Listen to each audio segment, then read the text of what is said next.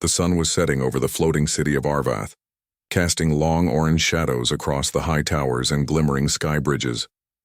From above, the city seemed peaceful, elegant even, but beneath its polished surface, tension simmered. The kingdom had always been a place of order and rules, a society where strength, discipline, and loyalty mattered above all. And in the heart of this order, Princess Liara was a problem. She had always been different. While the other young nobles followed the rigid traditions of the kingdom, Liara questioned them. She refused to sit quietly during the council meetings, refused to let her tutors shape her into a perfect image of obedience. The king, her father, had watched her for years, his patience thinning, unsure whether her behavior was a phase or a sign of rebellion. To him, she was reckless, unpredictable, and perhaps even dangerous. On this evening, Liara stood on the edge of a training terrace high above the city, her black hair whipped by the wind. Her eyes followed the glint of a drone as it zipped across the sky, testing her reflexes. She moved swiftly, her limbs fluid and precise as she leaped, dodged, and countered. This was her secret. While the kingdom expected her to be a princess, she trained as a warrior, honing her skills in ways that were forbidden. Every strike, every movement had a purpose. Every motion was a silent protest against the life the king demanded of her. Unbeknownst to her, far below in the lower courts of Arvath, a human had just arrived. Captain Elias stepped off his transport, his boots clicking on the metal floor. He was tall, lean, and moved with the quiet confidence of someone who had seen battles across distant worlds. Humans were rare in Arvath, and he had been received with polite curiosity. He carried no weapons openly, but his presence alone was enough to draw attention. His mission was diplomatic, to observe, advise, and, if necessary, assist the kingdom. But Elias had seen enough worlds to know that real strength often hid beneath appearances. The first time he saw Liara, it was during the trial of young warriors. The courtyard was crowded, filled with nobles, guards, and citizens watching as the candidates tested themselves in combat simulations. Liara moved among them, her motions elegant yet precise, yet she wasn't following the standard drills. Instead, she improvised, testing her opponents in ways no instructor had taught her. Others called her defiant, a nuisance, a problem the king should address. Elias, however, saw something different. He saw talent, discipline, and courage, the hallmarks of a warrior who could surpass any obstacle. During the trial, Liara faced a larger, stronger opponent. He rushed at her with a mechanical staff, expecting her to falter. But she didn't. She ducked, rolled, and used his momentum against him, flipping him to the ground with a swift, controlled movement. The crowd gasped. Some whispered that she had cheated. Others said she was too reckless. But Elias simply nodded to himself. He recognized instinct, intuition, and intelligence. She wasn't a problem. She was a warrior. Later that evening, as the city lights began to glow and the floating bridges reflected 1,000 tiny stars, Elias found his way to a quiet courtyard where Liara often trained alone. He watched her from the shadows, noting her technique, her focus, and the quiet determination in her eyes. Finally, he stepped forward. "You move differently than the others," he said quietly. Liara turned sharply, startled. Her hand went to the hilt of her hidden training blade, but she relaxed slightly when she saw he posed no threat. "I move as I must," she replied, her voice firm but calm. "The others follow rules. I follow skill." Elias smiled faintly. "I can see that. I also see a king who believes you are a problem. Tell me, princess, does he know what you are capable of?" Liara's eyes narrowed. "He thinks I am reckless, that I cannot control my power. He does not understand." "Then perhaps I can help," Elias said. He didn't offer guidance in a condescending way. Instead, he spoke as one who had fought countless battles, someone who recognized raw talent and knew how to refine it. "I can teach you to combine your skill with strategy, to make every move count not just against training opponents but against real threats." Liara studied him carefully. She had been alone in her secret training for so long, hiding her abilities, doubting whether anyone could truly understand her. Yet in Elias she saw no judgment, no expectation to conform. He saw her as she was, capable, intelligent, and ready. "Why would a human care?" she asked, her voice cautious. "Because I see potential," he replied simply. "And potential should never be wasted." They began meeting in secret, under the cover of night. Elias taught her tactics humans had used across galaxies, maneuvers, formations, traps, and strategies. Liara adapted quickly, blending her alien agility and reflexes with his lessons. She was a quick learner, but more than that, she was creative. Where Elias suggested a formation, she improved it. Where he saw a weakness, she exploited it. Their partnership grew, quiet and unspoken, rooted in mutual respect. Meanwhile, the king's worries grew. He noticed changes in Liara's behavior, her confidence, her refusal to bow to convention, her sharp mind and sharper reflexes. He summoned advisors and generals to discuss how to rein her in. "She must learn obedience," he insisted, "or she will endanger this kingdom." Yet every plan to constrain her failed, for Liara had learned to move not just with strength, but with cunning. The king could not predict her choices, and that frightened him more than any enemy could. One night, the city's surveillance drones picked up unusual activity in the skies. A fleet of alien mercenaries previously unknown was approaching the kingdom. They moved swiftly, their ships dark and fast, evading the early warning sensors. The council was in panic. The king ordered all defenses to full alert. But the mercenaries' speed and unpredictability meant that conventional strategies might fail. Liara watched the alerts from her private training room. She could feel the tension in the city, the fear spreading among soldiers unprepared for this level of threat, yet she did not feel fear herself. She felt readiness. And beside her, Elias stood silently, observing her. "You are ready for this," he said softly. "But will the kingdom be ready for you?" Liara's eyes shone with determination. "They will have no choice but to see what I am capable of. If they underestimate me, it will be their mistake." As the mercenary fleet neared, the king addressed his generals. He gave orders, his voice tight with tension, but even he noticed the spark of independence in his daughter.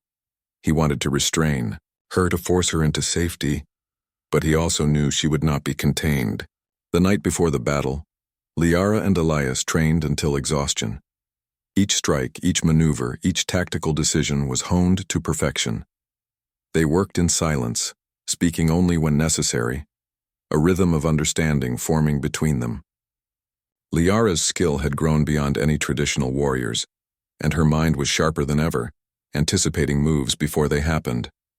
Finally, she stood on the highest terrace, looking at the stars and the approaching threat. She felt no fear, only purpose. She had been judged a problem all her life, misunderstood and underestimated. But now, with Elias's guidance, she felt the full weight of her potential. She was not just a princess. She was a warrior, ready to defend her home and prove that strength could come in unexpected forms. As the first alien ships appeared on the horizon, glowing red against the night sky, Liara turned to Elias. "Tomorrow, we show them who we truly are," she said. Elias nodded. "And maybe, just maybe, your father will see it too." The city, below, braced itself, unaware that the princess they had dismissed as a problem was preparing to become the key to their survival. Liara, once underestimated, was about to step into a role no one had imagined. Warrior, leader, and beacon of hope for a kingdom that had always valued rules over courage. The night grew darker, the wind sharper, and the stars seemed to watch silently as Liara prepared for what would be the first of many tests. For the first time, she felt truly understood, truly capable. And as the mercenary fleet drew closer, she knew that her moment had come. She was no problem. She was the future. The morning air was tense and sharp as the first light of Arvath's twin suns glinted off the metal surfaces of the city's defenses. Soldiers scrambled across the sky bridges, adjusting energy shields and loading plasma rifles. Drones hummed overhead, scanning the approaching mercenary fleet.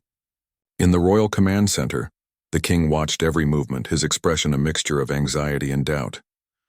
He had always believed strength came from control, from adherence to tradition, but now, as he saw his daughter ready herself, he felt uncertainty.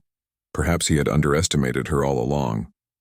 Liara stood on the highest terrace, overlooking the city and the distant horizon, where the enemy ships grew larger with every passing minute.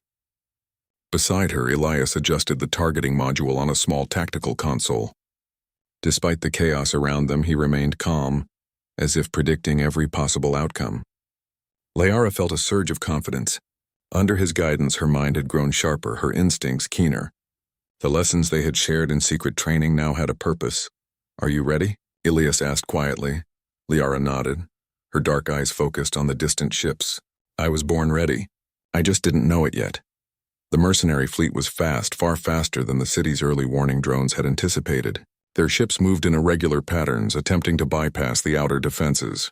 Arvath's gunners fired volleys of plasma, and automated shields shimmered under the attack, but the invaders were relentless. A sense of urgency filled the city. "Elias, we need a plan that uses speed and precision," Liara said, her voice steady. "We cannot rely on the king's formations. They are too slow, too rigid." Elias smiled faintly. "Exactly. We'll fight smart, not just strong." They moved to the command deck where Liara took the lead, issuing orders with authority and clarity. Her voice carried over the comm systems, directing squads with precision. Soldiers who had been hesitant, confused, or scared now moved with purpose, trusting her instincts. Even those who had mocked her defiance began to follow her guidance. The first wave of mercenaries reached the outer perimeter.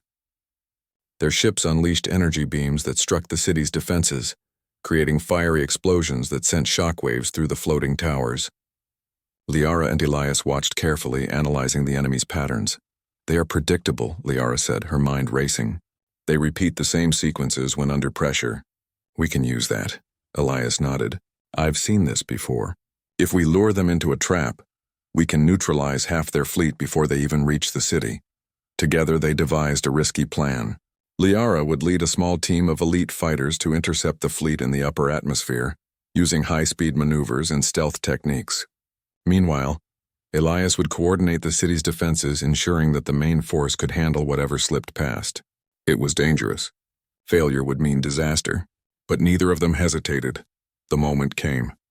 Liara and her team launched from the city's upper platform, their ships weaving through the clouds with unmatched agility. The mercenaries pursued, unaware that they were being drawn into a trap. Liara's instincts guided every turn, every dive, and every attack. She moved like a shadow, striking swiftly and retreating before the enemy could counter. Her small squad struck with precision, targeting key ships and creating confusion among the invaders. The mercenaries had expected predictable defense lines, but instead they faced a force that was fast, intelligent, and unpredictable. Liara's leadership and combat skill became immediately apparent. Back in the city, Elias coordinated reinforcements, guiding ground units and energy cannons to support Liara's team. He adapted to the mercenaries' movements, predicting their strategy and countering it. The combination of human tactics and Liara's instinctive skill created a synergy that neither the invaders nor the king had anticipated. The battle intensified. Explosions lit the skies as ships collided, shields flared, and soldiers fought fiercely. Liara led her team through a particularly dangerous sector, where the enemy had concentrated its firepower. With a swift series of maneuvers, she disabled several enemy ships, turning their own weapons against them. Her movements were fluid, almost artistic, but deadly in effect. Each decision, each attack demonstrated not just her strength but her intelligence and foresight. On the ground, the king watched the reports coming in. He saw his daughter in action, witnessing her lead, inspire, and fight with unmatched skill. For the first time, he felt a mixture of awe and shame. He had judged her as a problem, but now, in the midst of battle, he realized he had been wrong. Liara was not a threat. She was a savior. Hours passed as the battle raged. Liara and Elias continued to coordinate, moving seamlessly between offensive and defensive strategies. The mercenary fleet began to falter, their formations breaking as confusion spread. Soldiers on the ground, seeing Liara's success, fought with renewed energy. The tide of the battle shifted. Finally, Liara confronted the enemy commander directly. His ship was massive, armed with heavy weapons and advanced shields. Many had feared it would be the turning point, the moment when Arvath might fall. But Liara remained calm. She studied the ship's movements, noting its weaknesses and the patterns in its attacks. With precise timing, she executed a daring maneuver. Her ship weaved through the commander's fire, approaching from an unexpected angle. She fired a concentrated energy pulse at the ship's critical systems. There was a moment of tense silence before the commander's ship erupted in a controlled explosion, sending debris scattering across the skies. The remaining mercenary ships, leaderless and disoriented, began to retreat. Arvath's forces pursued cautiously, but the battle was effectively won. Soldiers cheered, drones hovered in victory, and the city's lights glowed brighter as alarms sounded the all-clear. Liara's ship returned to the city, gliding onto the platform with smooth precision. Ilias met her there, his face lighting up with approval. "You did it," he said simply. "You were incredible." Liara exhaled, a mixture of relief and triumph flooding through her. "We did it," she corrected, acknowledging the teamwork that had been essential to their success. The king descended to the platform, moving carefully through the cheering soldiers. When he reached Liara, he looked at her not with fear or doubt, but with a new understanding. "I misjudged you," he said quietly, almost to himself. "I thought you were a problem. I was wrong. You are a warrior." Liara met his gaze. She felt no triumph in his words, only recognition. "Thank you, Father. But this victory is not mine alone. We fought together. Humans and aliens side by side, using strength and strategy." The king nodded slowly. He realized that his kingdom had relied too heavily on tradition and control, underestimating the power of creativity, courage, and partnership. He placed a hand on her shoulder, an acknowledgement that he had finally accepted her fully, not as a rebellious daughter, but as a capable leader. In the days following the battle, Arvath rebuilt its defenses and strengthened its fleet. Liara continued to train and teach, now openly, combining human tactics with alien skill, preparing the kingdom for any future threats. Soldiers who had once doubted her became her students, inspired by her courage and intelligence. Elias was offered a position in the royal council as a strategic advisor. He accepted not for power or honor, but to continue working alongside Liara, mentoring and learning together. Their bond became a symbol of unity between species, showing that cooperation could achieve what tradition alone could not. Liara's reputation grew, not just as a warrior but as a leader who valued skill, insight, and courage over rigid rules. The city thrived under her guidance, and the king learned to trust his daughter's instincts, understanding that leadership was not about control, but about recognizing and nurturing potential. One evening, as the twin suns set over Arvath, Liara and Elias stood on the terrace watching the calm city below. The battle was over, but the lessons remained. Strength, courage, and intelligence could come from unexpected places. Partnerships could bridge worlds, and those who had been underestimated could rise to become heroes. Liara turned to Elias. "Do you think the kingdom will ever see strength the way we do?" Elias smiled. "I think they already have, thanks to you. And tomorrow they will see even more." Liara's eyes reflected the fading sunlight. She felt hope, determination, and purpose. She had been called a problem all her life, judged unfairly by those who could not see her potential. Now she knew her true power. She was a warrior, a leader, and a symbol of what could be achieved when courage and skill met understanding and trust. As the stars began to appear, Arvath glimmered with the promise of a new era, one where strength was measured not just by tradition, but by vision, creativity, and the bravery to stand against the impossible. Liara had proven herself not for recognition, but because she believed in what she could achieve. And in doing so, she had changed her kingdom forever. The princess who had once been seen as a problem was now the warrior who could lead a world into its future.